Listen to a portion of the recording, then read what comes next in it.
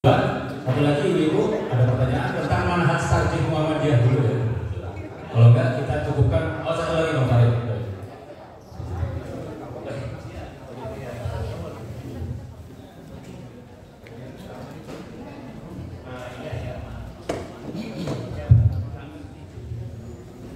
Terima kasih moderator. Pertanyaan saya mungkin karena saya orang Bali, Pak. Saya mau mengerjakan kuliah di UII, jadi mungkin pertanyaannya yang agak pertanyaan benar-benar pertanyaan. Saya mendengarkan tadi apa yang disampaikan. Saya melihat bahwa apa yang disampaikan itu kok tidak produknya tidak produk, dan kalau saya bayangkan produknya itu tidak konsisten, tidak komitmen gitu. Jadi seolah bisa ke sana bisa ke sini karena kalimatnya di tengah-tengah.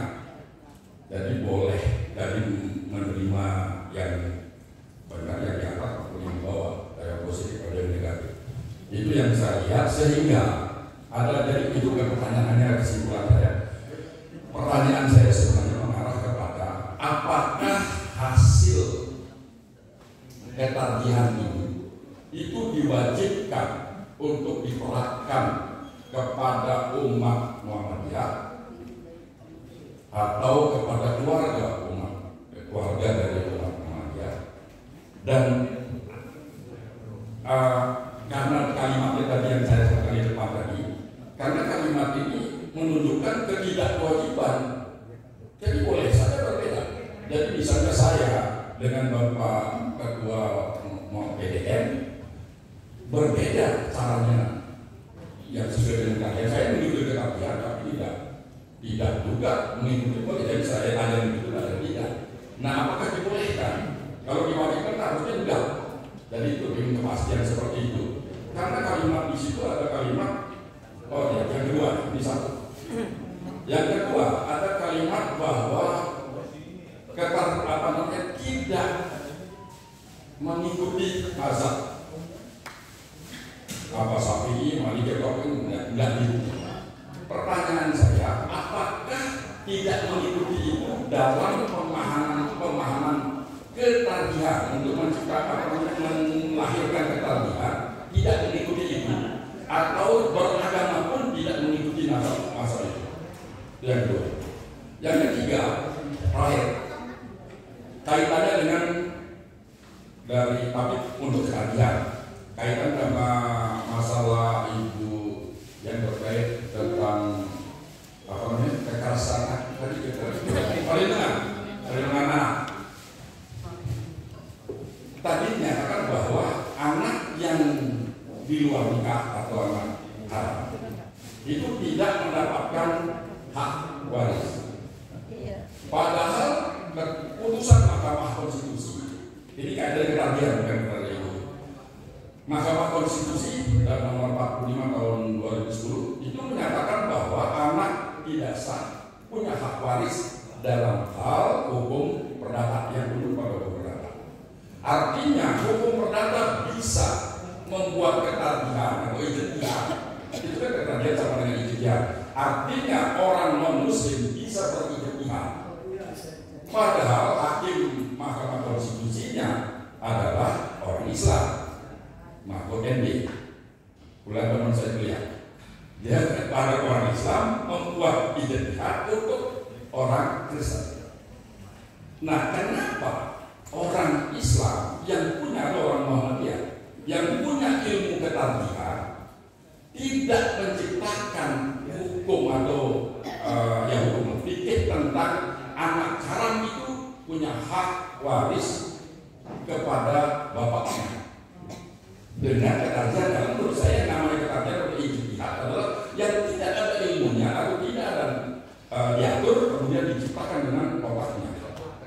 Sama dengan masalah anak haram. Anak haram tidak ada diatur dalam Al-Quran tentang boleh waris, hanya dibilang tidak punya nasab. Karena tidak punya nasab maka tidak punya waris. Jadi apakah ketarjihan bisa membuat hasil tentang anak haram mendapat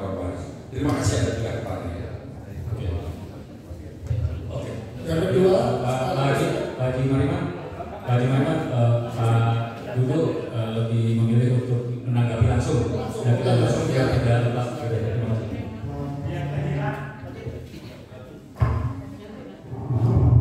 Ada 3 ya. Yang pertama, keputusan kaji itu mengikat kepada seluruh warga Perserikatan Muhammadiyah.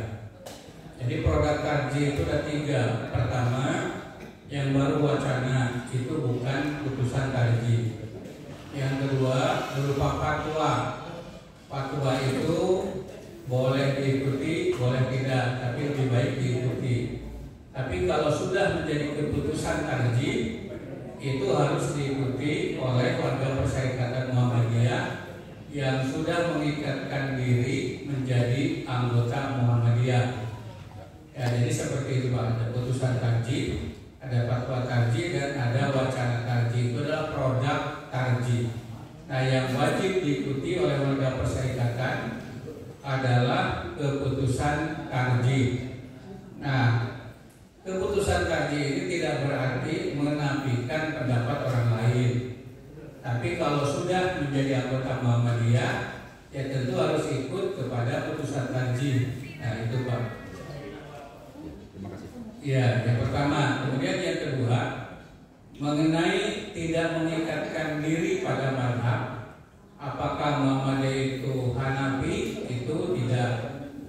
Karena kalau mengikuti pendapat Hanafi misalnya, maka orang yang lupa bulan puasa makan, yaitu menurut Imam Hanafi itu membatalkan puasa, gitu ya. Iya, padahal hadis mengatakan itu tidak membatalkan puasa. Kedua, yang menikah itu tidak perlu ada wali. Yang tidak perlu ada wali, yang perlu adalah 2 orang saksi, gitu. Ya, pada hadis mengatakan la nikaha illa bi waliyin wa syahidai adlin. Kan jelas seperti itu. Nah, tidak juga bermadzhab kepada misalnya Imam Syafi'i. Ya, tetapi Muhammadiyah itu tidak bermadzhab tidak berarti mengabaikan mazhab. Kalau pendapat mazhab itu sesuai dengan Quran, sesuai dengan hadis, maka Muhammadiyah ya mengikuti pendapat tersebut, begitu ya. Nah, jadi seperti itu Pak. Nah, kemudian yang terakhir ya, memang di dalam suatu hadis yang dibacakan oleh Prof. Sian tadi dikatakan al-waladu lil firosi, anak di luar nikah itu hanya punya hubungan hukum dengan ibunya saja. Maka ketika membuat buku rekening bank ya, itu yang ditanya siapanya? Ibunya, kan nggak ditanya bapaknya. Karena belum tentu ada bapaknya kan, yang ditanya ibunya saja. Nah, konsekuensi hukum dari anak di luar nikah, yang pertama, hubungan hukumnya itu hanya dengan ibunya saja. Al-waladu lil firasi walil akhirati al-hajaru. Tadi hadis seperti ya. Anak itu hanya punya hubungan hukum dengan ibunya saja, sedangkan ibu dan bapaknya yang melakukan pelanggaran hukum itu adalah al-hajaru. Al-hajaru itu maksudnya rajam ya, batu itu rajam maksudnya. Kemudian yang kedua, tidak saling mewarisi satu sama lain. Misalnya kalau anak itu nanti meninggal dunia, bapak biologis itu tidak dapat waris. Demikian juga kalau bapaknya meninggal dunia, bapak biologisnya, anaknya itu tidak mendapatkan waris karena itu bapaknya bapak biologis. Ya, sama dengan kambing, bapaknya meninggal dunia kan, ya anaknya tidak dapat waris, begitu ya. Nah, kemudian yang ketiga, kalau itu anak perempuan tidak bisa menjadi wali. Lalu walinya siapa? Walinya adalah as-sultanu waliyuman la waliyalaha. Sultan, penguasa, dalam hal ini adalah kepala KUA, menjadi wali bagi yang tidak punya wali. ya, karena dari pihak ibu tidak bisa menjadi wali, maka walinya adalah sultan, yaitu kepala KUA. Kemudian tidak ada kewajiban nafkah secara hukum, gitu. Jadi tidak ada kewajiban memberikan nafkah. Kemudian selesai ya? Bukan pertanyaannya kan, kenapa nggak dibahas di dalam ketagihan? Oh, kenapa tidak dibahas di dalam ketagihan? Nanti itu dipikir perlindungan anak itu. Iya. Maksudnya itu? Ya, dipikir perlindungan anak itu akan ada nanti proksian yang akan menyampaikan. Ya. Ya, itu Pak. Terima kasih. Terima kasih. Dengan selanjutnya tadi dari Bekasi Barat ya. Siap Pak Halim. Untuk tarjih produk tarjih punya ciri simple dan memiliki kemanfaatan karena punya prinsip at-taisir dan kemaslahatan yang tadi disampaikan juga. Pertanyaannya adalah kenapa begitu sulitnya memasarkan gaya berislam Muhammadiyah untuk di Bekasi, khususnya di Kota Baru tempat saya. Artinya respon masyarakat tidak begitu cepat terhadap barang yang dikemas oleh Muhammadiyah tarjihnya ini, yang memiliki prinsip begitu mudah bahwa ad-dinu yusr, agama itu mudah, dan punya prinsip kemasyarakatannya luar biasa saat dibandingkan dengan yang lain. Yang itu benarkah prinsip saya ini? Muhammadiyah itu melihat keragaman pandangan mazhab, bahwa seluruh pandangan mazhab hanyalah sebagai referensi. Thus Muhammadiyah tidak bermadzhab tertentu. Saya usul kata tertentunya diberi supaya lebih tegas, gas. Kalau tanpa kata tertentu kadang-kadang kita dituduh anti mazhab. Terima kasih. Assalamualaikum.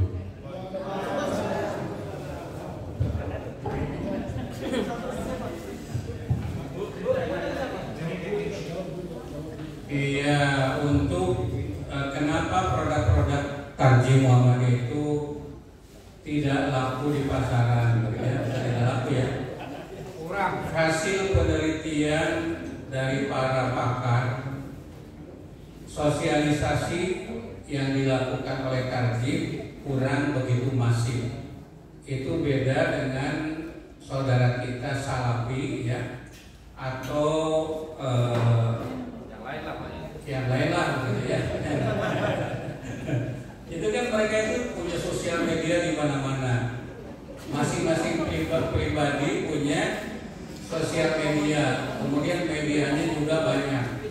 Nah, mereka itu rajin memposting hasil produk-produk dari pemikiran.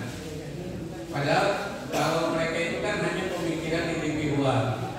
Kalau Muhammadiyah ini hasil ijtihad jama'i, hasil ijtihad kelompok, yaitu majelis tarjih.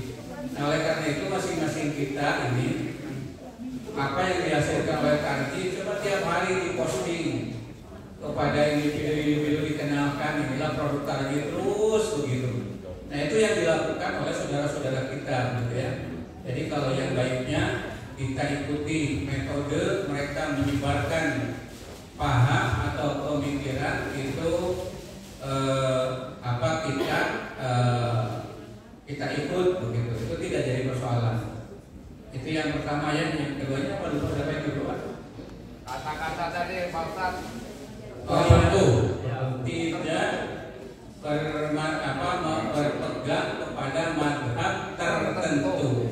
Nah, itu yang harus ditegaskan. Tetapi kita menghargai kepada pendapat-pendapat mazhab itu. Jadi ketika merumuskan alam mazhabiyah di Majelis Tarjih PP Muhammadiyah itu terjadi perdebatan.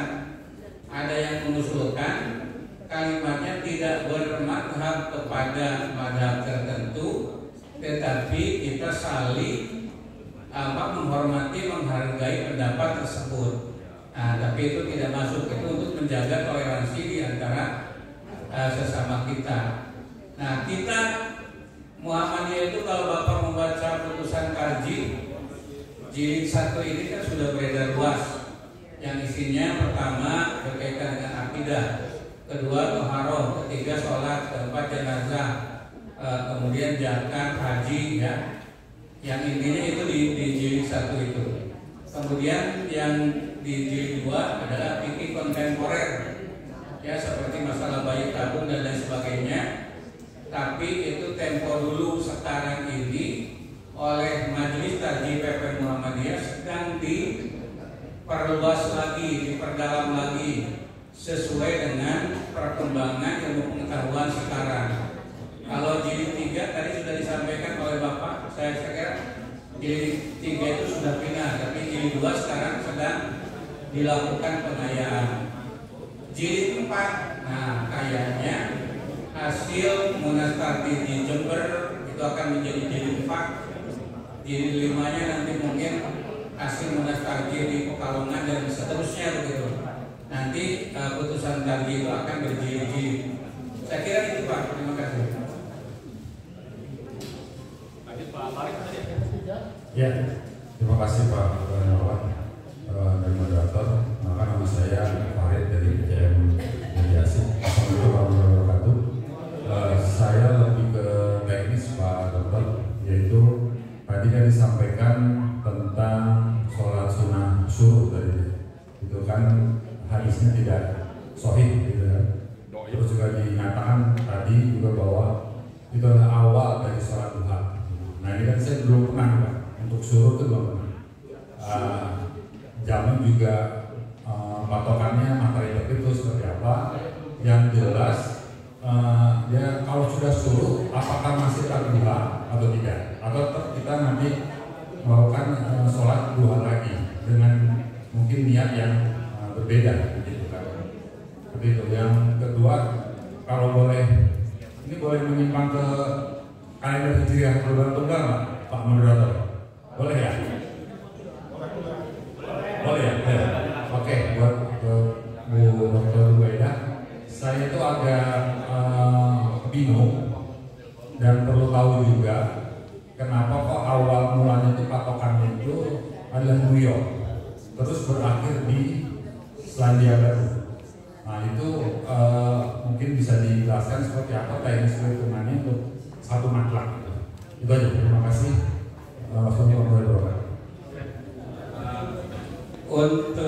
Untuk saya berkaitan dengan sholat sunat suruh atau isyraq, ya. Penamaan suruh itu kan bukan dari hadis, ya. Penamaan suruh atau isyraq itu bukan dari hadis, tetapi itu nama yang dibuat oleh ulama. Hadisnya itu kan mengatakan begini: man sholat al-qada umma jalasa yadhkurullah hatta tatlu asy-syamsu ayusolli raka'ataini kana lahu ka ajri umrat hajatin wa umratin tamatan itu bunyinya, ya. Di situ tidak disebutkan sholat isyraq, di situ tidak disebutkan sholat suruh. Nah, bahkan di dalam hadis lain, ya hatta yusabbiha subhatat duha. Kalimat yang tidak digunakan adalah subhatat duha, bukan sholat sunat suruh gitu. Nah, nama itu digunakan oleh para ulama sampai sekarang. Nama itu disebut sholat suruh, sholat isyraq. Terserah namanya mau apa. Tapi di dalam kalimat yang terakhir saya sebutkan hatta yusabbiha subhatat duha. Nah, itu sholat duha. Sehingga disimbolkan yang dimaksud dengan sholat suruh adalah sholat duha di awal waktu duha, kurang lebih 5 menit setelah terbit matahari. Sekarang terbit matahari di Kota Bekasi ini jam berapa terbitnya? Nah, 5.25, berarti 5.27 itu sudah waktunya untuk melakukan sholat duha di awal waktu. Ya, kalau tidak mau disebut sholat subuh, sholat duha aja. Nah, apakah setelah sholat 2 rakaat itu boleh melakukan sholat yang berikutnya, sholat duha yang berikutnya? Nah, sholat duha itu boleh dilakukan secara terus-menerus. Misalnya 2 rakaat selesai, 2 rakaat lagi selesai, 2 rakaat misalnya bisa. Atau sekarang 2 rakaat, nanti jam siang-siang 2 rakaat, atau nanti menjelang zuhur 2 rakaat. Yang penting sebelum tergelincir matahari atau qabla zawal, sebelum tergelincir matahari menjelang zuhur. Ya. Nah, apakah sholat duha itu 4 rakaat atau 8 rakaat atau berapa rakaat? Ulama ya menyatakan bahwa sholat duha itu termasuk sholat mutlak dari segi jumlah rakaatnya. Waktunya itu tertentu, tapi dari segi jumlah rakaatnya, nah itu mutlak ya. Artinya begini, yang disebut bermuhammadiyah, seandainya belum ada putusan tarjih, seandainya belum ada fatwa tarjih, maka Muhammadiyah bisa berpegang kepada ketentuannya, yaitu bersumber kepada Quran dan hadis atau sunnah makbulah. Itu saja ketentuannya. Asal memenuhi syarat itu, walaupun belum ada putusan tarjih, itulah yang menjadi pegangan Muhammadiyah. Sama bapak-bapak dan ibu sekalian, yang dimaksud dengan bermadhab kepada madhab Syafi'i tidak berarti produknya itu harus sama dengan pendapat Imam Syafi'i. Asal prinsip dalam pengambilan keputusannya mengikuti pendapat Imam Syafi'i, itu dikatakan bermadhab kepada Imam Syafi'i. Nah, kalau di Muhammadiyah, kalau sudah ada putusan tarjih ya sudah itu ikuti. Tapi kalau belum, yang penting berpegang kepada Quran dan hadis yang makbulah. Nah, itu yang penting gitu. Saya kira itu Pak. Terima kasih. Oh, yang terakhir sekali Pak ya. Yang terakhir sekali, karena mungkin saya tidak ada kesempatan lagi untuk berbicara. Ya, pertama saya terima kasih di sini bertemu dengan orang-orang hebat ya. Ketua PDM dari Gontor, Bapak Budiarjo itu dari Madinah, kemudian Bapak pembawa acara ini cucu Pak A.R. Fahrudin. Ini ulama Muhammadiyah yang amin ya sulit mencari gantinya ya, sampai hari ini ya. Kemudian nanti Pak pembawa acara akan menayangkan barcode ya. Barcode-nya ada 2. Yang pertama untuk menjadi masuk grup ya, grup hasil sosialisasi tarjih, silakan itu diklik supaya kita masuk kepada WA grup sehingga bisa menyampaikan pertanyaan-pertanyaan melalui grup tersebut kepada para narasumber. Kemudian nanti ada angket yang harus dijawab. Kami harus melaporkan ini kepada PWM Jawa Barat ya, kepada Majelis Tarjih. Jadi mohon angketnya nanti untuk dijawab. Kemudian RTR, rencana tindak lanjut, itu juga nanti disepakati setelah acara ini di PCM kelanjutannya seperti apa, di PDM, di PRM juga. Jadi kami mungkin hanya sampai di tingkat PDM, tidak akan sampai ke tingkat cabang atau ranting. Saya kira itu Pak. Terima kasih. Nasrullah wabarakatuh. Wabarakatuh. Walhamdulillahirabbil alamin. Wassalamualaikum warahmatullahi wabarakatuh. Ya. Saya ini di belakang saja Pak ya. Mangga. Oh iya.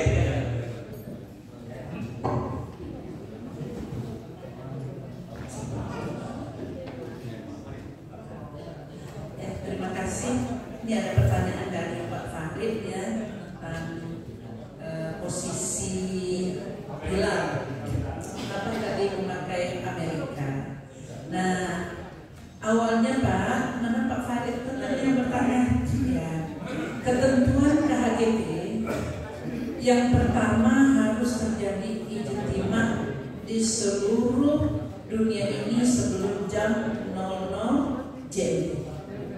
Nah, jadi nggak ada yang nggak masuk ijtima. Kalau ijtima terjadi sesudah jam 00, nah itu yang ada ketentuan yang Bapak tanyakan, bahwa posisi hilal harus menjangkau benua Amerika. Karena sesudah terjadinya jam 00 di batas 0 derajat, di titik 0 derajat di Swiss. Nah, jadi nggak boleh Pak. Nah, kemudian ijtima pada hari itu harus terjadi di New Zealand sebelum terbit fajar. Jadi nggak boleh kalau sudah ganti hari Pak, sudah terbit fajar. Nah, itu ketentuannya. Makanya ketentuannya 1 hari 1 tanggal di seluruh dunia sudah ijtima, konjungsi, artinya sudah pergantian hari. Nah, itu Pak syaratnya.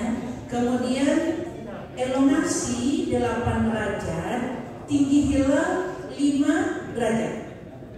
Nah, yang ketentuan di daratan Amerika itu kalau ijtimanya terjadinya sesudah jam 00 GMT. Nah, jadi harus menjangkau posisi hilal itu menjangkau dunia benua Amerika. Nah, itu syaratnya. Dan di New Zealand ijtima terjadi sebelum fajar. Begitu Pak. Barangkali karena pertanyaannya itu yang ditanyakan. Terima kasih Ibu Dr. Zulbaidah atas jawabannya. Selanjutnya saya ingin kembali ke Pak Ketut tadi karena ada pertanyaan untuk Bu Profesor. Jadi mohon dielaborasi lagi karena tadi kan sangat-sangat substansial gitu ya, sehingga bisa langsung ke Prof baru kemudian nanti ke Ibu Bapak jika ada penanya yang ingin menanyakan kepada khususnya Ibu Dr. Zulbaidah dan Ibu Prof Siah. Silakan Pak Ketut. Terima kasih. Saya tadi bertanya terkait dengan sebenarnya untuk tapi ya sama juga karena kaitannya dengan hukum waris untuk anak di luar nikah atau anak tidak sah. Itu menurut Profesor tadi bahwa anak tidak sah menurut hukum Islam itu tidak mendapatkan waris. Saya tahu juga bahwa dia tidak waris, tapi kan di sini ada ketarjihan atau ijtihad. Nah, jadi ada ijtihad. Padahal putusan Mahkamah Konstitusi untuk orang non Muslim itu sudah mendapatkan hak waris. Itu keputusan nomor 46 tahun 2010. Kebetulan yang memutuskan itu Mahkamah MD itu Indonesia. Jadi putusannya menyatakan orang Kristen, anak orang Kristen itu yang biasa itu berhak mendapatkan waris.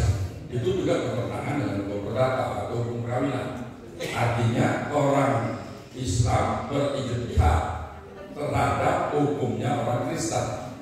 Nah, sedang kita orang Islam yang punya ilmu ijtihad yang sekarang disebut ketarjihan. Kenapa tentang kewarisan anak tidak sah? Karena itu tujuannya melindungi anak. Kenapa hal yang seperti itu tidak dibicarakan, dibahas di dalam ketarjihan? Atau kenapa nggak membuat keputusan tentang anak tidak sah disahkan? Setahu saya menurut pengadilan negeri Pengadilan Agama di Jayapura itu sudah ada cara, yaitu dengan membuat pengakuan anak. Jadi Pengadilan Negeri Jayapura, Pengadilan Agama, Pengadilan Negeri Jayapura itu sudah dibuat caranya dan itu sesuai dengan ketentuan dari Mahkamah Agung. Saya rasa itu pertanyaan saya, mengapa tidak dibahas hal ini di dalam ketarjihan? Terima kasih. Baik, terima kasih sekali lagi Pak Ketut, Ketua LBH Muhammadiyah Kota Bekasi. Jadi nanti sembari mencari pertanyaan untuk atau menunggu pertanyaan yang lain, Ibu Bapak bisa sambil scan barcode barcode yang ada ditampilkan di sebelah saya itu nanti kemudian agar bisa masuk ke grup WhatsApp alumni sosialisasi Munas Tarjih se-Jawa Barat. Ibu juga pertanyaan? Oh ya baik. Ini dua dulu karena yang satu. Bentar Pak, saya hanya sedikit. Oh oke ya. Ibu mau bertanya tentang barcode? Iya. Ya, di mana? Saya kebetulan tidak bawa HP. Gimana caranya? Oh nanti bisa di invite, nanti ada linknya itu sebenarnya. Nanti kita bisa komunikasi ke saya kasih ininya ya, linknya. Ya. Saya akan kami jawab pertanyaan Pak Ketua dulu. Terima kasih Pak Ketua. Jadi ini Pak, coba kita mulai definisi dulu apa itu anak sah dan anak yang tidak sah sebenarnya. Kalau dalam hukum Islam ya anak sah lah karena namanya gitu. Jadi bukan tidak dibahas sebenarnya. Saya sendiri Pak menyampaikan ini di GSM ya, Gerakan Subuh Pengaji Aisyah sudah beberapa kali itu dari perkawinan yang tidak dicatat dan akibat hukumnya gitu. Nah ini saya menangkap Bapak ini begini, coba kita definisikan dulu apa itu anak yang sah. Di Tarjih di Muhammadiyah ini ya, Tarjih ini sangat mendukung legalisasi yang diberikan pemerintah. Karena itu sudah menyangkut, disebutnya sudah menyangkut kemaslahatan umum lah, gitu ya. Sehingga kita dukung gitu Pak, dengan alasan-alasan yang memang kita cari dalam konteks Quran dan hadisnya. Nah yang pertama tentang anak sah. Apa itu anak sah itu kan gitu ya, dan apa itu anak tidak sah. Jadi kalau saya untuk pendekatan hukum Islam itu ada sebuah hadis Rasulullah Shallallahu Alaihi Wasallam yang mengatakan Qurannya nggak ada definisi itu. Di dalam hadis itu sudah definisi dan itu bahasanya bahasa antropologi. Itu bahasa antropologi itu. Ada kalimat al-waladu lil firashi, ini hadisnya Pak ya. Bapak nanti ketik di Sahih Bukhari ada Pak ya. Sahih Bukhari jilid 4. Al-waladu lil firashi walil ahiri al-hajari. Anak al-firos, anak yang lahir al-firos itu sebenarnya bahasa antropologi, bahasa budaya Arab. Bapak pernah dengar di dalam surat Al-Waqiah bahwa surga itu akan dihamparkan permadani gitu kan ya?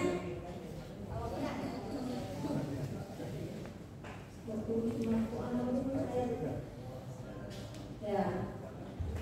Nah itu maksudnya permadani. Kenapa kok permadani dihubungkan dengan persoalan sahnya anak, gitu kan?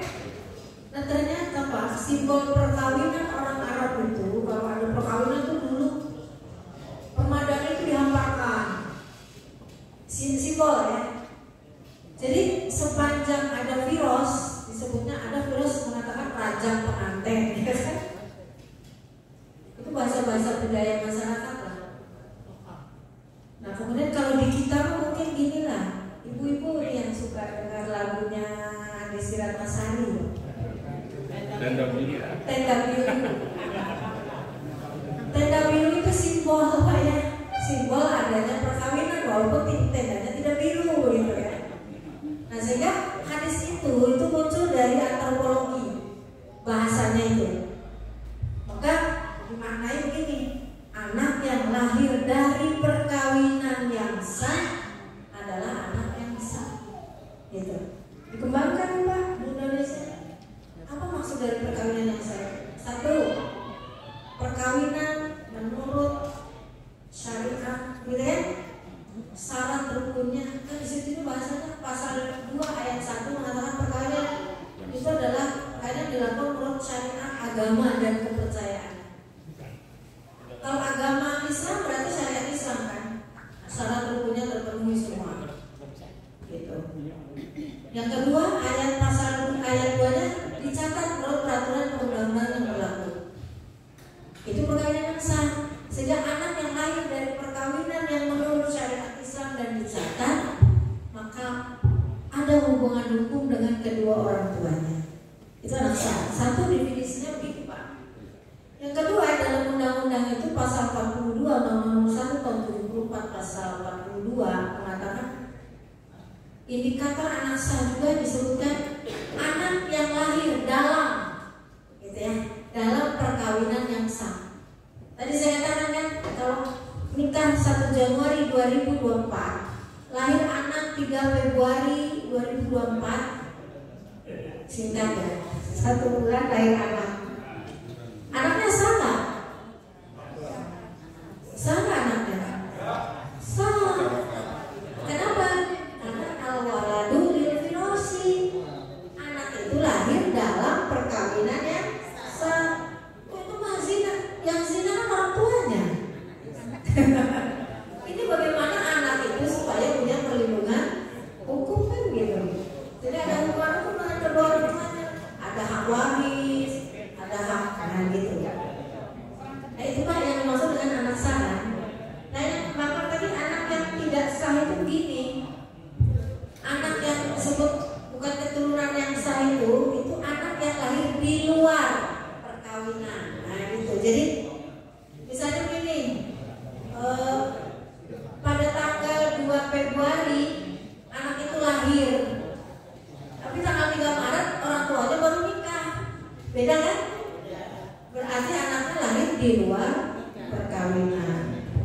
Nah ini bukan tidak ada hubungan hukum Pak. Tadi ayat yang kedua, ayat hadis poin garis hukum kalau kata bahasa hukumnya ya. Walil ahiri al hajari. Nah gitu. Anak dari yang lahir dari hasil perzinahan, maaf ya, yang tidak dinikahkan pada saat hamil, maka anaknya lahir di luar perkawinan. Bukan tidak ada perlindungan hukum, tapi ada perlindungan hukumnya hanya kepada ibunya dari aspek waris, ibu dan keturunan ibunya. Nah, gimana solusinya ini dalam hukum Islam ya? Solusinya gimana? Solusinya tidak hanya dari waris kan bisa Pak? Wasiat, boleh nggak? Boleh. Hibah, boleh nggak? Boleh. Hanya dari waris tidak dapat karena nasnya Al-Qur'annya di dalam ayat 11 surat An-Nisa itu anak yang dimaksud itu anak dari perkawinan yang sah tadi. Jadi sebab waris itu kan satu karena hubungan perkawinan yang sah, gitu kan? Kedua karena nasab yang sah. Apa disebut nasab satu? Nasab yang lahir dari perkawinan yang sah. Itu Pak ya. Benar Bapak tadi menyangkut non-muslim ya? Atau gimana tadi? Enggak, itu ngasih contoh saja. Ya kalau tapi persoalan anak sah sudah jelas ya Pak ya. Sebenarnya pertanyaan saya bukan itu, berkaitan dengan non-muslim bisa menijtihad kok orang itu bisa dapat waris dari bapaknya. Kenapa orang Islam nggak bisa? Kenapa nggak ditarjihkan? Non-muslim. Maksud saya, non-muslim bisa dibuat semacam ijtihad karena di non-muslim juga nggak boleh tidak mewaris menurut undang-undang hukum perdata, tetapi oleh Mahkamah Konstitusi sekarang mewaris. Nah sekarang kita punya ketarjihan yang sama dengan ijtihad. Kenapa masalah yang tadinya tidak sah itu kok hanya dapat yang hibah, yang wakaf, wasiat itu kan hanya sepertiga, dapatnya sedikit ya. Sedang kalau maksimal ada sepertiga. Kalau dia ditetapkan dalam ketarjihan untuk jadi kalau seperti contohnya di pilihan agama di daerah itu kan dengan pengakuan bapaknya bahwa itu anak saya. Itu bisa. Walaupun beda agama. Enggak, bukan satu agama seperti tadi. Dia lahir baru kawin. Oh iya. Lahir baru kawin, kemudian diakui oleh bapaknya bahwa itu anak saya dengan syarat ibunya setuju. Begitu ibunya setuju, maka bapaknya punya hak bahwa itu anaknya, itu anak sahnya dia. Walaupun akhirnya tidak sah secara teori undang-undang. Tetapi dengan pengakuan, dengan ketarjihan, saya berharap ada ketarjihan yang menyatakan seperti itu. Ya, ketarjihan. Oke, terima kasih. Saya menanggapi dulu Pak. Jadi ini itu kan kasusnya sama seperti saya ceritakan Rizky Aditya itu ya. Iya. Jadi putusan Pengadilan Tinggi Negeri Banten memutuskan bahwa anak tersebut ada hubungan biologis dengan bapaknya. Pertanyaannya, apakah hubungan biologis berarti ada hubungan hukum? Belum tentu. Diakal-akalin pun ya, dengan mengutip atau menjadikan sumber hukumnya dari putusan Mahkamah Konstitusi nomor 10 Pak, nomor 46 tahun 2010 itu begini, itu lex specialis sebenarnya. Begini, dulu itu kan ada seorang perempuan artis punya anak dari pejabat yang tidak nikah secara dicatat, ya kan? Kenapa? Oke lah, ada merasa saya jelaskan dulu ya. Ini perspektif metodologi ya, nanti kita kaitkan dengan kaji. Kemudian Majica mengajukan judicial review terhadap pasal 43 nomor 1 tahun 2004. Apa pasal 43 itu? Karena anak lahir di luar perkawinan yang sah, gitu kan? Di luar perkawinan yang sah itu maksudnya ada dua. Satu, di luar perkawinan lahirnya. Kedua, karena perkawinannya tidak sah, tidak dicatat. Nah, Majica ini tidak dicatat kan? Mengajukan ke Mahkamah Konstitusi supaya ada hak anaknya nih. Tapi kemudian lahirlah putusan Mahkamah Konstitusi mengatakan bahwa anak bisa ada hubungan hukum dengan ayah biologisnya sepanjang bisa dibuktikan oleh ilmu pengetahuan dan teknologi. Itu putusannya. Tapi Pak, nah masalahnya itu lex spesialis yang namanya mita fatwa. Kalau permohonan itu berlaku bagi perkara yang bersangkutan. Itu perkawinannya dicatat, tidak dicatat, tapi nikah. Cuma tidak dicatat. Beda dengan orang yang tidak kawin, lahir anak, beda nggak? Beda. Oke, makanya itulah putusan Pengadilan Tinggi Negeri Banten nggak sembarangan ya. Mayoritas umat Islam di sini. Kenapa bisa begitu nih? Oke, kita lari ke Muhammadiyah. Di metodologi atau manhaj tarjih kita itu ada disebut dengan analogi, kias, ya kan? Tadi oleh Pak. Dianalogikan suatu hukum itu satu, jika tidak ada nas yang qat'i, tidak melanggar nas yang qat'i. Sekarang kalau anak yang lahir di luar perkawinan dikiaskan dengan anak yang lahir dan perkawinan tidak dicatat, tepat gak analoginya? Nggak tepat. Kenapa? Karena nasnya ada hadisnya yang mengatakan al-waladu lil firasyi walil akhiri al-ajali. Gitu loh Pak. Satu ya. Kedua, tidak boleh bertentangan dengan kemaslahatan umum. Bayangkan kalau anak yang lahir tidak di luar perkawinan kemudian ada hubungan hukum, udah nikah, nggak usah nikah semuanya enggak. Nanti anak yang lahir tinggal minta putusan. Nah, apa yang rusak? Tatanan kehidupan sosial dan moral bangsa. Itulah makanya bertentangan dengan kemaslahatan umum. Itulah Pak ya. Jadi saya kira kalau ada putusan di pengadilan agama, saya nggak tahu itu mungkin apa agak nyeleneh ya dengan kepentingan ya, mungkin bukan nyeleneh, maksud saya mungkin ada kepentingan apa lah Pak. Kita lihat dulu fakta hukumnya kan, kalau yang kayak gitu tuh gitu. Jadi tidak boleh Pak bertentangan, satu dengan nas yang sahih, kedua bertentangan dengan kemaslahatan umum gitu Pak. Saya lagi bimbing disertasi mahasiswa sampai wawancara ke Pak Mahfud MD. Kata mahasiswa itu, kata Pak, coba kata saya, coba Pak Mahfud MD apa ngomongnya. Nah ternyata Pak Mahfud MD itu sesuai itu, bahwa yang dimaksud itu perkawinan anak yang lahir dari perkawinan yang tidak dicatat. Jadi itu lex spesialis sifatnya bagi yang minta yang minta penetapan pengakuan ke pengadilan tentang anak yang tidak dicatat disebutnya dengan asal mengajukan asal usul anak, Pak. Boleh. Nah, nanti pasti itu hukumnya lari ke putusan Mahkamah Konstitusi kalau nikahnya tidak dicatat. Tuh, jangan nikah siri. Kalau tidak nikah, itu persoalan sosial masalahnya, kemafsadatan hukum. Gitu loh, Pak. Jadi saya nggak tahu lah, harus dilihat fakta hukumnya jika Pak Ketua ya, jika di PA ya Pak ya. Mudah-mudahan bukan mahasiswa saya tuh hakimnya, Pak. Jadi saya nggak tahu. Kalau ada PA seperti itu, waduh terlalu berani tuh. Dia berseberangan dengan nas. Nah, kalau persoalan waris beda agama, ya saya nyantuk sedikit ya Pak. Tapi kan ada kenapa pakai analogi gitu ya? Nah, kalau waris beda agama itu sebenarnya gini. Putusan Mahkamah Agung sudah jelas itu ada jurisprudensinya. Kalau beda agama tidak saling mewaris, tetapi dapat wasiat wajibah namanya. Apa bedanya wasiat dengan wasiat wajibah?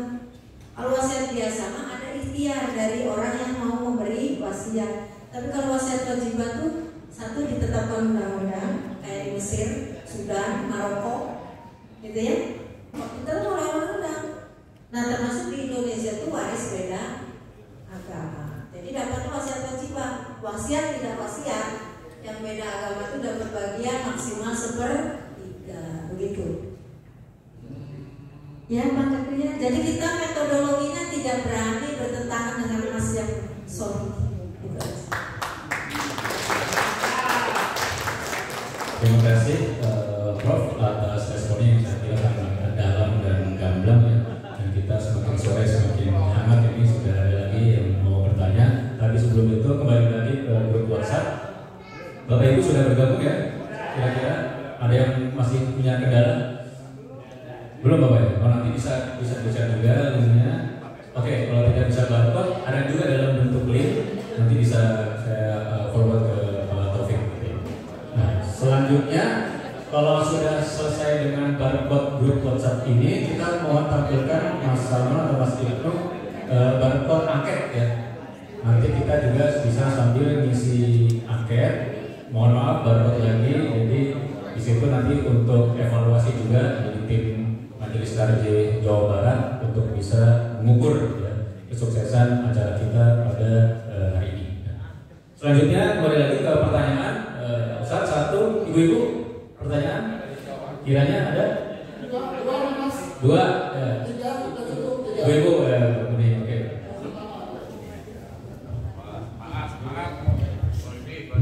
Assalamualaikum warahmatullahi wabarakatuh.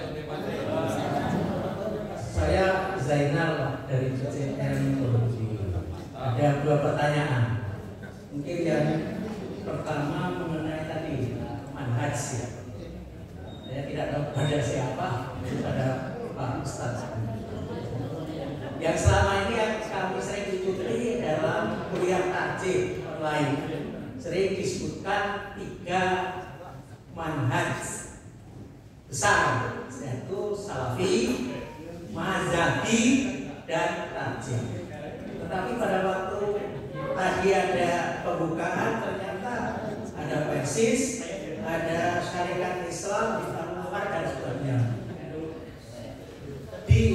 Memang ketiga ini ada istilah Pak moderator, ada titik seru dan titik temu. Ya saya sedikit mengikuti lah gitu. Tapi saya kelompok-kelompok yang tadi itu, kalau NU jelas Mazhabi, saya kira-kira di mana beliau-beliau yang tadi kelompok yang sebutkan tadi yang tidak itu lah. Yang kedua, saya tanya tentang kalender Bu.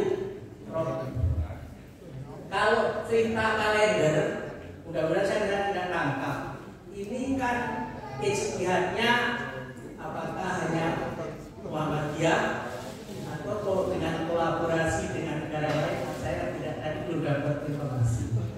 Saya hanya membayangkan begini, cerita kalender sekarang yang dipakai itu kan secara masa itu kan yang disebut kalender Julian.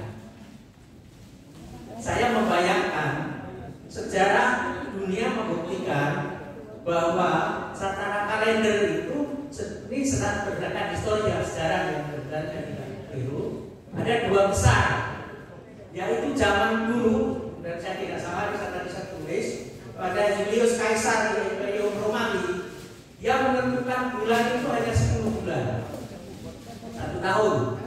Berkembangnya lanjut dianggap pada sesuatu hal, ada musim dan seterusnya, perkembangan zaman dan kekuasaan pada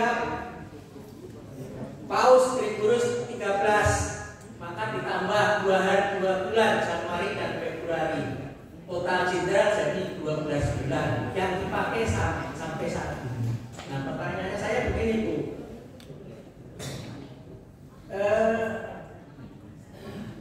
Kisah membuat 10 bulan, 12 bulan, mudah-mudahan saya tidak salah memberikan ilustrasi.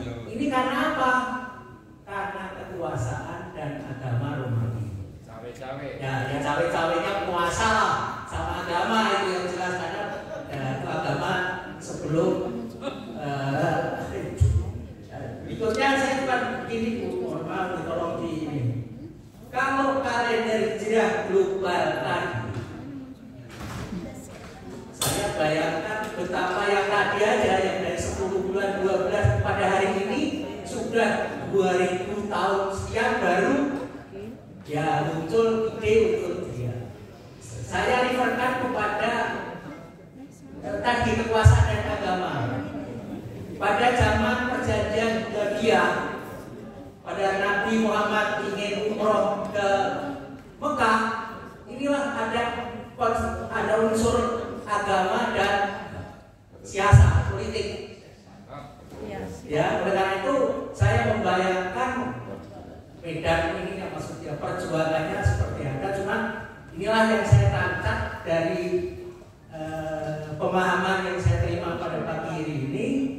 Luar biasa, mudah-mudahan meskipun tidak mudah, saya membayangkan butuh berapa lama kira-kira untuk mewujudkan yang KHGT yang dimaksud oleh para moderator dan inisiator. Mohon pencerahan. Terima kasih. Wassalamualaikum warahmatullahi wabarakatuh. Assalamualaikum. Terima kasih Pak Zainal. Selanjutnya tadi ada pertanyaan. Mohon singkat, padat Pak ya. Nah, terima kasih. Bismillahirrahmanirrahim. Assalamualaikum warahmatullahi wabarakatuh. Mohon izin, saya Rahmi. Kebetulan saya alumni Indonesia dan baru minggu lalu kebetulan ini pengurus PTIM Indonesia baru dilantik oleh Ketua PP Muhammadiyah Profesor Dr. Syafiq Bukti. Ini saya tertarik sebenarnya kan kehadiran saya di sini sebenarnya ini bertemu dengan Prof. Siang Sosial. Kebetulan materi yang disampaikan oleh Prof. Siang ini sangat menarik buat saya. Ada pertanyaan mungkin ini pertanyaan titipan juga terkait fikih perlindungan anak. Jadi ada sepasang suami istri, dia memiliki 3 anak, 1 laki-laki dan 2 perempuan. Mereka semua lahir dan tumbuh kembang di rumah nenek ibu dari si istri. Singkat cerita, sang istri meninggal tak wajar, sang suami ketahuan selingkuh. Hingga akhirnya ada gugatan hak asuh anak dari nenek ibu dari almarhumah. Dalam putusan amar kasasi sampai putusan pengadilan kasasi. Dalam putusan amar kasasi tersebut tertulis anak pertama dan ketiga hak asuh anak jatuh ke neneknya, sementara anak kedua tidak ada dalam amar putusan karena anak kedua tersebut dibawa bapaknya saat beberapa hari ibunya meninggal. 6 tahun selepas ibunya meninggal, ada 1 hari di mana anak laki-laki dan anak perempuan keduanya bertemu. Sang adik sampai pegang erat tangan abangnya dan mau ikut ke abangnya itu, tapi bapaknya melarang. Hingga akhirnya ada keributan karena si bapak ini bawa ormas preman. Sedangkan anak pertama ini didampingi Tiba-tiba sang anak kedua lari ke rumah neneknya atas kemauan sendiri ingin bersama abang dan adiknya. Mirisnya, sang bapak malah melaporkan tantenya pasal 330 membawa paksa anak. Padahal sampai UPTD PPA langsung asesmen ke anak tersebut positif, mereka ingin kumpul bersama neneknya di rumah dan dibilang bahwasanya bapaknya itu tukang bohong gitu, karena tahu dia selingkuh. Sampai anaknya bilang seperti itu. 3 minggu sang anak kumpul di rumah neneknya. Si tante tadi akhirnya dapat panggilan klarifikasi di Polda terkait indikasi pasal 330, sehingga si anak kedua ini merasa bersalah dan dibawa bapaknya saat sekolah. Beberapa hari kemudian si bapak tadi membawa anak kedua itu membuat klarifikasi ke kantor polisi di Polda Metro Jaya. Yang membuat tercengang adalah ucapan si anak ini. Dia membela bapaknya dan menjelekkan keluarga ibunya. Padahal itu di sampingnya itu ada psikolog yang menemani dia saat UPTD PPA itu. Jadi mungkin apakah mungkin ditertekan atau apa sih, kan kurang paham juga. Jadi mungkin gimana pandangan profesor terkait hukum Islam dan terkait hukum positif yang ada di Indonesia terkait masalah ini. Terima kasih. Assalamualaikum warahmatullahi wabarakatuh. Waalaikumsalam warahmatullahi wabarakatuh. Terima kasih Ustaz Ilham ya, atas pertanyaannya sangat penting ya, sangat detail. Selanjutnya Ibu, saya kira terakhir ya Ibu Bapak sekalian nanti di wrap up aja. Silakan. Assalamualaikum warahmatullahi wabarakatuh. Waalaikumsalam warahmatullahi wabarakatuh. Pertanyaan saya kepada Prof. Siang, sederhana aja Prof. Saya mau nanya tadi masalah anak yang lahir di luar nikah, anak zina itu. Orang tuanya berzina, kemudian hamil, lalu beberapa bulan kemudian baru mereka menikah. Nah, dalam pemahaman saya bahwa nikahnya itu nikah untuk menutupi aib perempuan di tengah masyarakat. Lalu pertanyaannya, apakah setelah anaknya lahir nikahnya itu harus berulang atau sudah sah nikah yang tadi pada saat dia hamil, dan menikahnya pada saat hamil itu hukumnya bagaimana gitu? Itu saja. Terima kasih. Assalamualaikum warahmatullahi wabarakatuh. Terima kasih Bu Menteri. Dengan siapa, dari mana Ibu? Aisyah. Saya dari Aisyah Mustika Jaya, cabang Mustika Jaya. Ibu Darnilus. Terima kasih. Baik ya Ibu Bapak sekalian, terima kasih atas pertanyaan-pertanyaannya. Selanjutnya nanti bisa kami sampaikan, kami undang narasumber untuk respon. Setelah itu kita menyimak kembali baterainya untuk dapat diisi dan kita cukupkan nanti acara kita sehingga Bapak Ibu punya sisa waktu di hari Ahad ini untuk kepentingan-kepentingan lainnya gitu. Saya ingin mulai dari dengan Pak Kiai dulu Hermawan. Tadi ada yang bertanya soal manhaj ya, perbedaannya di antaranya seperti apa?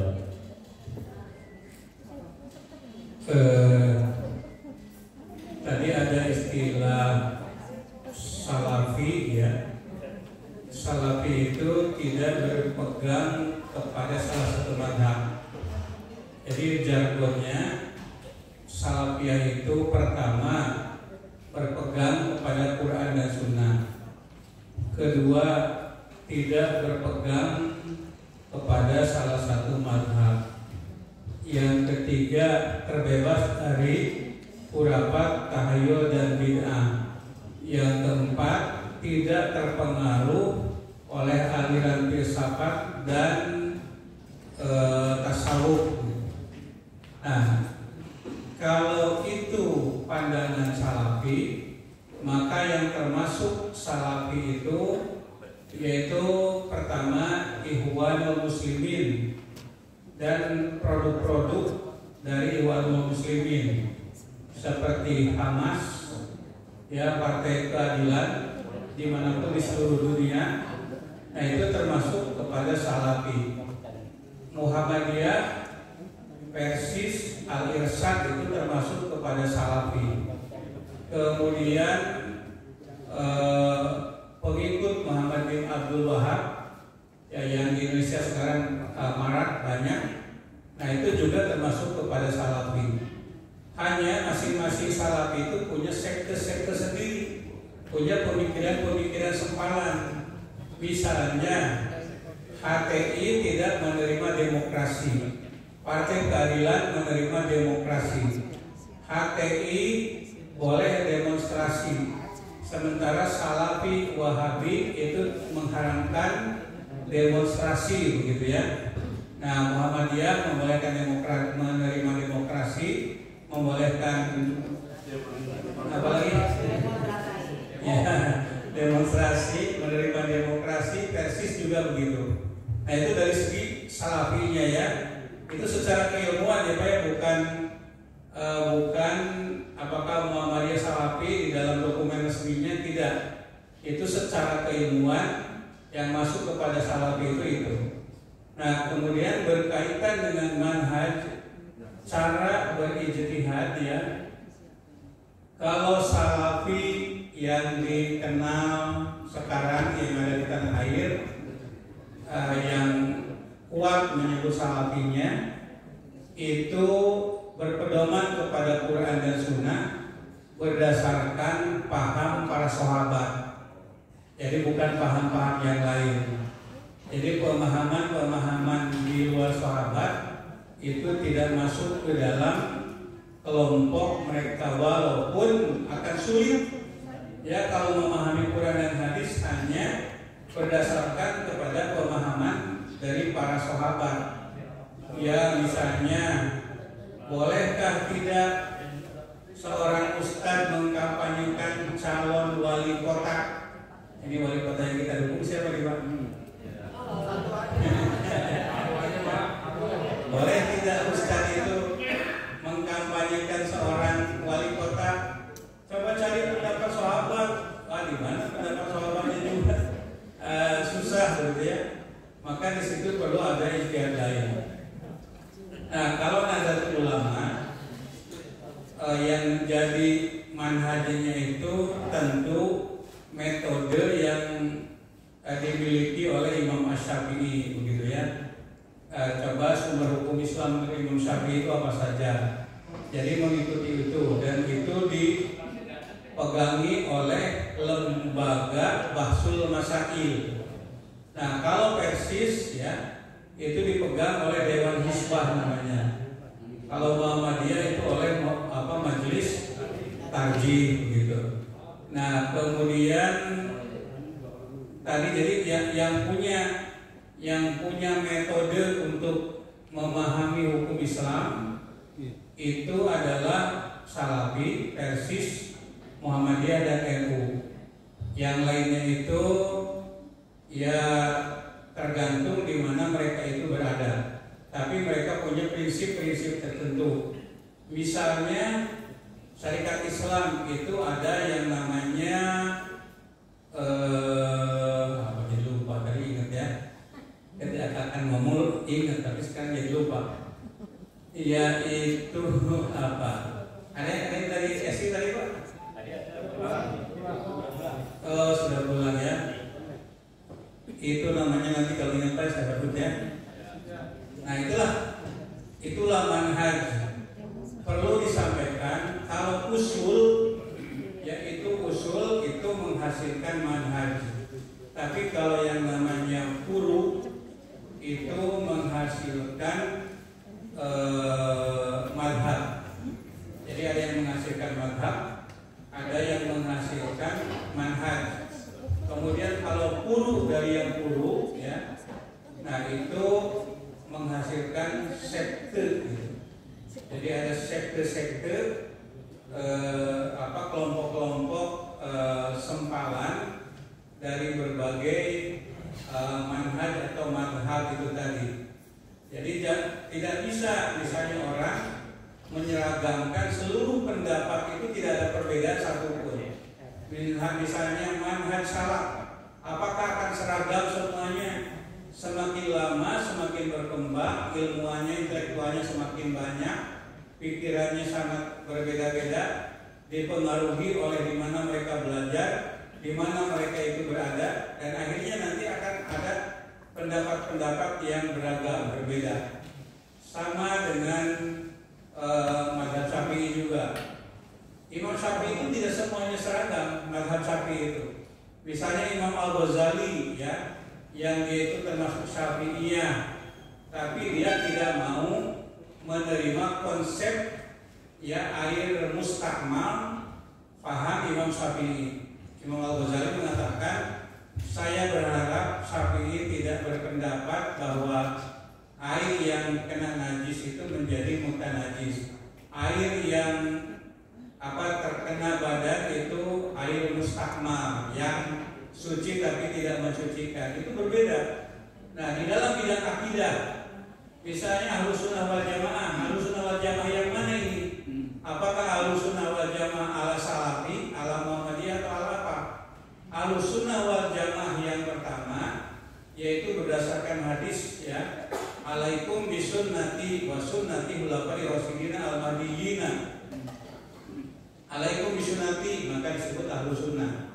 Wa sunnati khulafai rasyidin, ya itu namanya jamaah. Jadi Ahlussunnah wal Jamaah itu kaum salafi. Salafi itu ya ajaran agamanya belum terpengaruh oleh berbagai pemikiran. Kira-kira abad 1 sampai abad 3 ya, dari hijrah itu belum campur dengan pemikiran-pemikiran di luar. Nah, kemudian Ahlussunnah wal Jamaah yang kedua itu merupakan antitesis dari Mu'tazilah. Mu'tazilah itu dipandang anti sunnah karena Mu'tazilah hanya menerima hadis sahih.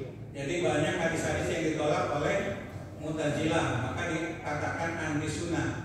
Kemudian karena Mu'tazilah itu sangat rasional, pengikutnya sangat sedikit, maka aliran yang baru yang dibawa oleh Asy'ari itu dikatakan Ahlussunnah karena berpegang kepada sunnah, bukan hanya yang sahih tapi juga hasan dan dhaif. Kemudian dikatakan jamaah karena pengikutnya banyak. Nah, Ahlussunnah wal Jamaah yang kedua itu adalah Asy'ariyah. Tetapi bukan hanya Asy'ari tapi Maturidi. Nah, Asy'ari juga kan yang mengikuti Asy'ari berbeda. Misalnya Juwaini, Al-Baqilani, nah itu berbeda mengenai sifat Tuhan. Kemudian Maturidiyah itu ada Maturidiyah Bukhara, ada Maturidiyah Samarkand. Maturidiyah Samarkand itu paham yang dibawa oleh Al-Baghdadi, Abu Bakar Al-Baghdadi ya, di dalam kitab Al-Farqu Bainal Firaq.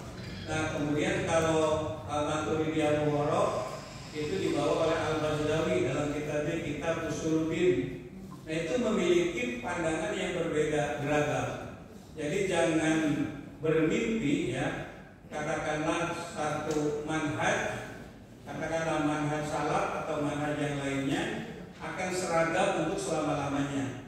Seiring berjalannya waktu, berkembangnya pemikiran, nanti akan ada perbedaan-perbedaan pendapat. Seperti itu, Pak. Terima kasih.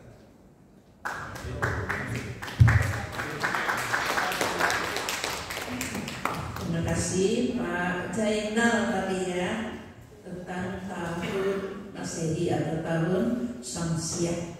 Ya, yang pertama kali sebagai peletakan pertama kalender Masehi itu adalah Julius Kaisar.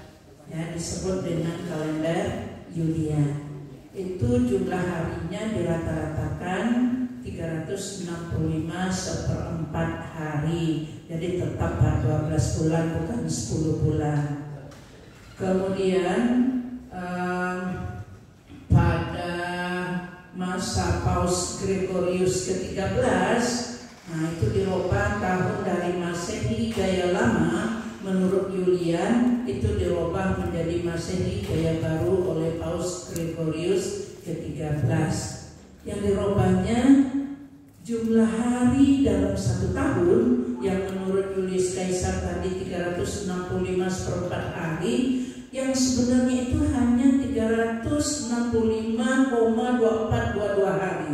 Nah, dihitung dalam masa 128 tahun itu ada perbedaan satu hari. Nah, pada tahun 1582 waktu Konsili Nisea, nah itu ada peloncatan tahun menjadi 10 hari pelompatannya. 5 Oktober ketika itu menjadi 10 Oktober. Kemudian dalam masa 128 tahun, ada koreksi 1 tahun sampai sekarang, 1 hari sampai sekarang itu ralat Gregorius itu dalam perhitungan Masehi menjadi 13 hari. Begitu Pak. Kemudian dengan KHGT.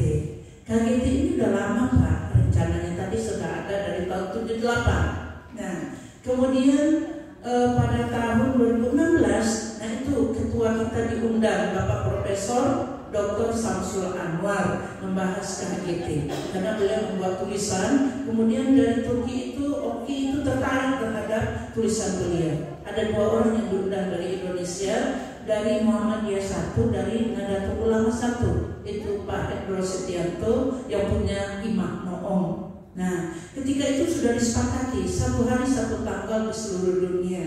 Yang belum disepakati ketika itu adalah kriteria yang digunakan. Nah, inilah yang dibahas lagi, termasuk kita di Muhammadiyah dari 2016 Pak. Nah, kita baru menggunakan 2024 untuk 1 Muharram 1446 Hijriah. Itu yang sudah bergabung di KHGT itu sudah ada 16 negara. Mudah-mudahan kedepannya negara kita juga ikut bergabung. Itu harapan kita.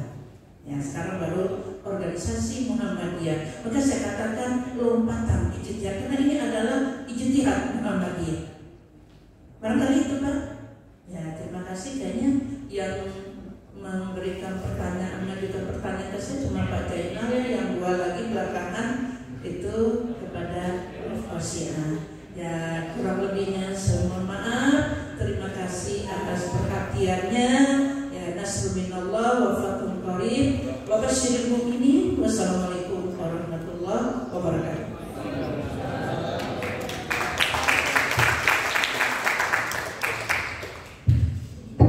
Terima kasih Pak Irham Pak Irham ya. Jadi ceritanya Pak Irham itu sebenarnya mau ketemu saya Pak dari Indonesia dari Indonesia.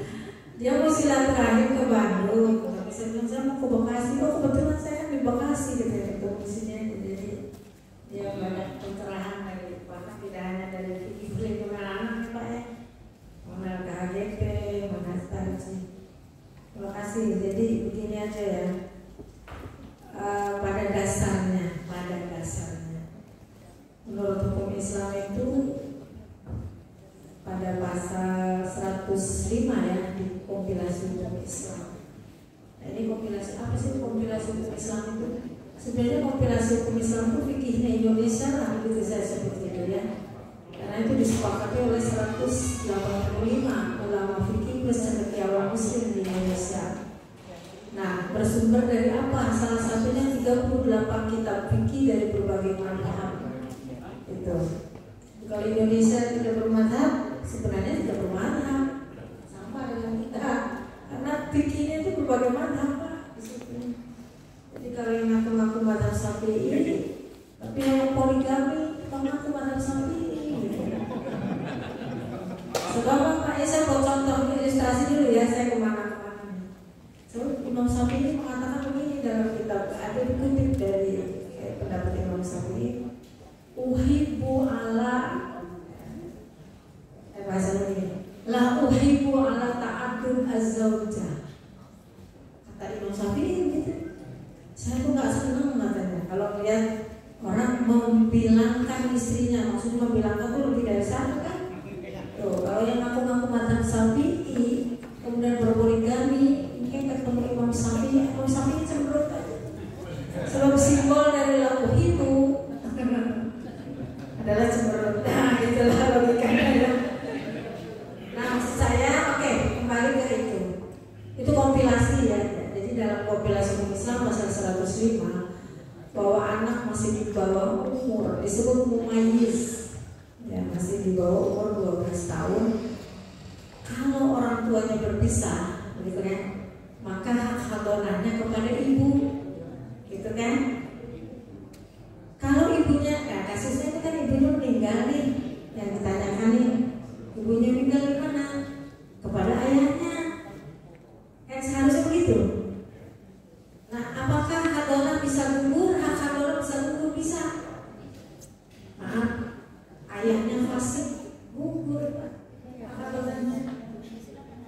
Misalnya memberi contoh yang baik, main perempuan, judi, ya kan? Gugur, disebut fasik. Maka kemana nih? Ke ibunya ibu, gitu ya, ke ibunya ibu, berarti ke neneknya kan? Nah, itu normalnya begitu harusnya, Pak ya. Ini kan pertanyaannya sangat umum ya, tidak perkes sebenarnya. Jadi dalam adonan itu sebagian dari perlindungan anak kan, begitu. Nah, jadi salah satunya itu. Nah sekarang begini, kalau fasik dan memberi contoh apalagi anak dalam tekanan, itu kan harus dilindungi secara hukum ya. Anak itu dalam tekanan, yang lihat orang tuanya bawa perempuan lain ke rumah tidak dinikahi, bagus lah kira-kira contoh begitu. Dapat harus dihindari begitu. Nah gitu kan. Nah kemudian kalau anaknya udah umur 12 tahun ditanya nyamannya dengan siapa, kan begitu, dengan ayah. Nah tapi ayahnya begitu tuh, misalnya maaf ya tadi fasik itu tadi, atau pemahaman keagamaan kurang, gitu kan? Nah itu sebanyak cari siapa, neneknya, gitu ya, neneknya. Terus ke atas, begitu Pak. Intinya begitu ya. Jadi kalau ada anak tadi pasal berapa Pak? Pasal 33 apa? 330. Diancam pasal 330. Oh, kita undang-undang hukum pidana ya.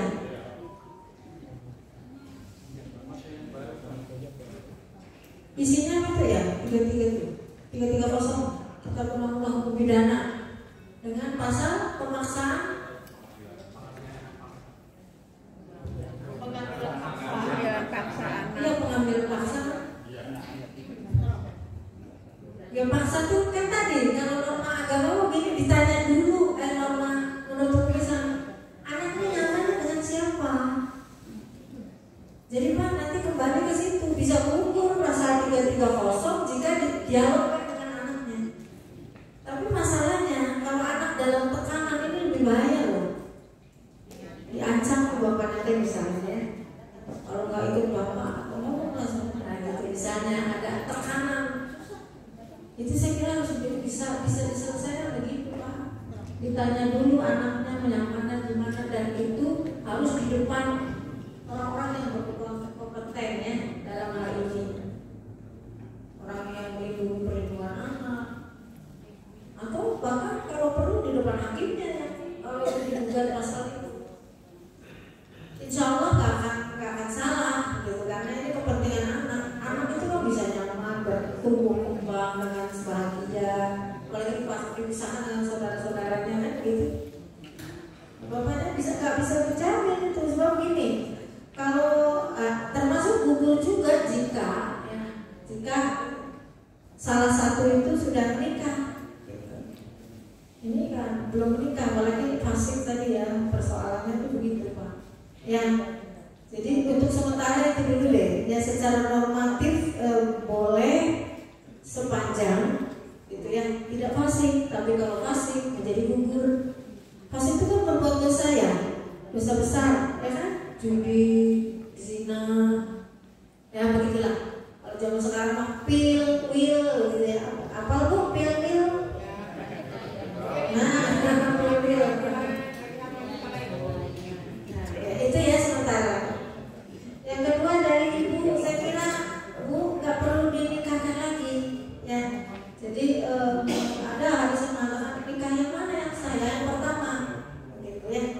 Jadi kan ada ya yang orang dinikahkan lagi nanti setelah lahir anak, nggak perlu sebenarnya. Ya. Jadi ada hadis Nabi yang mengatakan nikah Allah itu yang nikah pertama itulah yang diakui.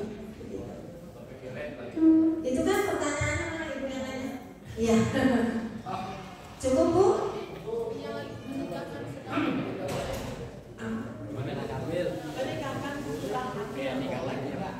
Oh menikahkan sedang hamil. Iya kan boleh itu tadi. Oke, dalam putusan tarjih yang terakhir nih ada buku tentang, saya nanti kasih share ya. Ada PPT saya sudah disampaikan di DSM itu. Jadi fatwa hamil di luar nikah. Nah, kesimpulannya dalam tarjih itu boleh menikah itu demi kepentingan anak. Apa alasannya? Karena tidak ada Quran yang melarang menikahi wanita sedang hamil dari zina, tidak ada. Gitu. Yang dilarang itu kan satu, hubungan asap, hubungan seksual, hubungan sepeda, ya. Kemudian menikahi perempuan dalam suami orang, lamarnya aja nggak boleh. Lamar istri orang nggak boleh, Pak. Kemudian maksudnya kayak tempatnya itu loh, ya. Walaupun tadi Prof ada stigma nikah nutupin aib ya. Oh, itu terserah, itu persoalan lain. Yang jelas sah nikahnya gitu aja. Nutupi aib ya, saya kira bagus. Dianjurkan kan nutupi aib itu, betul nggak? Ngapain urusan rumah tangga dicerita-ceritakan, gitu?